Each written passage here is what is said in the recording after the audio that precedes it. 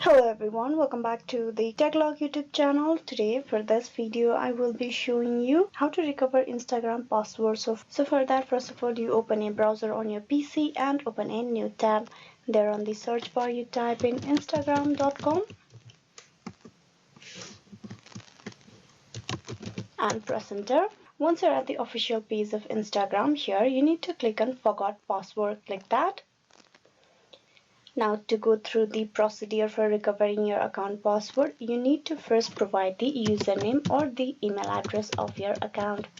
You type in the email address of yours and then click on send login link. An email has been sent to the email address that you have just provided.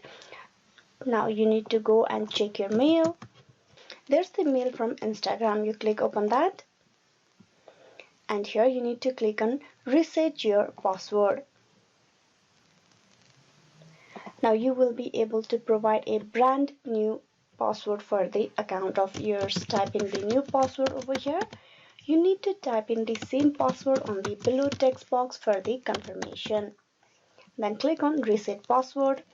And with that, you have been logged in into the Instagram account of yours, and you have also changed the password for your Insta account.